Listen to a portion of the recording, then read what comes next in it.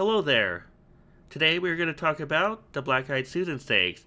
It's at Laurel Park on Friday, and it's for 3-year-old fillies. And then in the next video we're going to talk about the Preakness Stakes. So let's get started. Let's talk about the main contenders in this race, and I'll tell you who I like the best.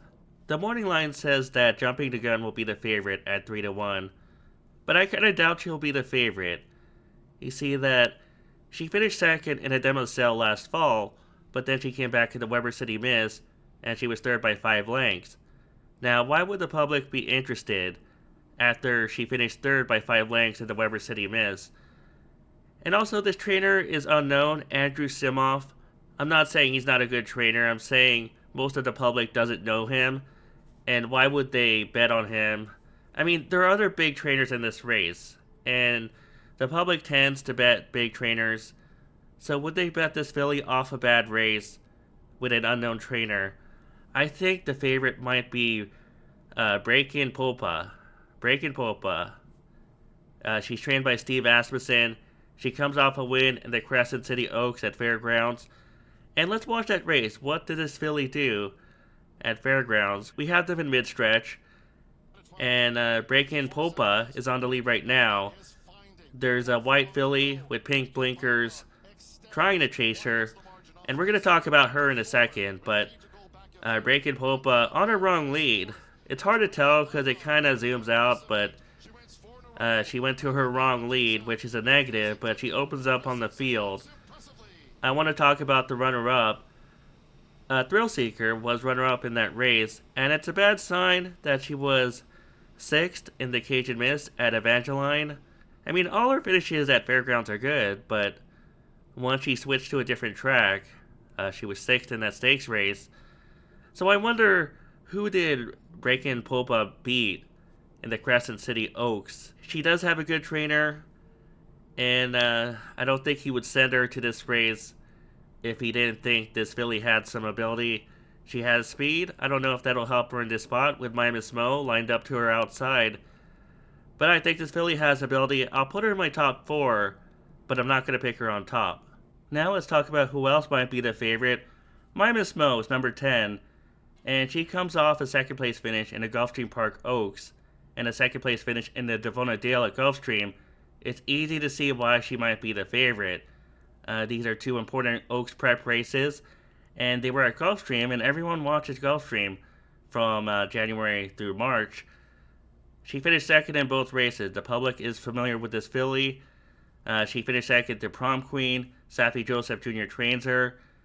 The elements are there for this filly to be favored in the Black-Eyed Susan. We're going to watch the Gulfstream Park Oaks and see what she did in that race. And she's on the inside right now. Prom Queen is on the outside. My Miss Mo is trying, but Prom Queen is just going to pass her. And Prom Queen is going to open up on this field. My Miss Mo, the whip is out on her. She does have a couple of lengths on the 3rd place filly. That's a good sign. But she just couldn't keep up with Prom Queen. Should I penalize her for that? No, I think Prom Queen is a good filly. Prom Queen had a bad trip in the Kentucky Oaks. And My Miss Mo does have a 92 from that race. My concern is she has to deal with Breakin' Popa on the inside. They both want to be up front, and maybe they're going to wear each other out. I don't know. It's hard to tell, but I think if they both use their usual styles, they're going to wear each other out. And also, does she want a mile 1/8? I mean, she's supposed to. As a daughter of Uncle Mo and the Damn Sires Quality Road, you would think that she wants a mile 1/8, especially against a weaker group. My Miss Mo is a contender in this race. I'll put her in my top 4, but I have a different filly in mind for the top spot. Now let's talk about my pick, Holly's Holiday. I'm going to take a shot on this filly. She comes off a win in the Valley of Vapor Stakes at Oaklawn, and she also broke her maiden back in March in the dead heat. We have the Valley of Vapors up here, and she's not hard to spot. She's the filly on the inside. She's taking dirt right now. She's in a pocket position, and she's going to find the room right here. I like horses that can sit in the pocket position and take dirt because it shows they are professional. And you see that she has the opening right now. She switched leads, and she's opening up. She doesn't open up by that much. I still like the win. and that was only a 1 mile race. I think she's the type of filly that will enjoy 9 furlongs. The Black Eyed Susan is a 9 furlong race. She's a daughter of Maxfield. And the Damn Blast, I'm going to talk about her other offspring, Velocity, Open Road. Well, let's talk about Velocity. She was a turf router last year. She won the Del Mar Oaks, and that was a 9 furlong race. The only reason I'm pointing this out is just to show that there's stamina in the family. And I know that the sire's different. Holly's Holiday has Maxfield, Velocity had Nyquist, but Maxfield should be a great route sire. And I'm just going to pick this filly because I think she'll want 9 furlongs. The value will be there, and she'll be in a good stocking position. So those are my reasons. Let's talk about some other fillies. AP's Girl, number 9. She might be the only filly I like out of the Weber City Miss. She was second in that race, but I like that she closed into a fast pace, and she took the lead in the early part of the stretch.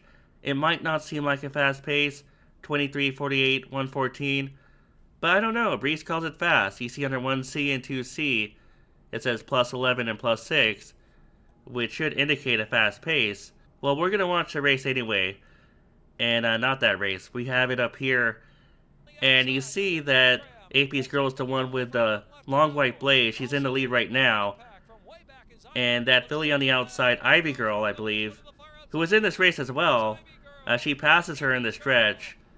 But again, AP's Girl made the first move. I'm going to give her credit for that. And maybe she's a filly that you want to consider for an underneath spot in this race. I just don't completely trust the quality of the Weber City Miss overall. But again, I like that she made the first move. Even though Ivy Girl passed her, I still give AP's Girl credit for moving into a fast pace. The last filly I want to talk about is Majestic Lucia. And I thought about picking her on top, but I don't know who she beat at Tampa Bay Downs. And she has a flaw in the way she runs, which I'm going to talk about right now.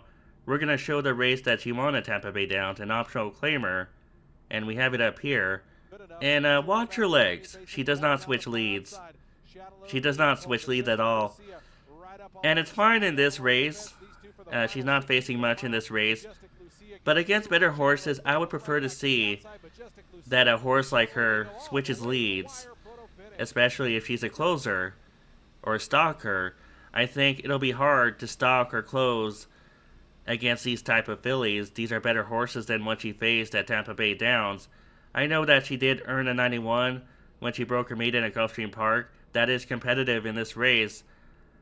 I don't know. I think she might make up some ground in the stretch, pass some horses, but ultimately, not switching leads will hurt her.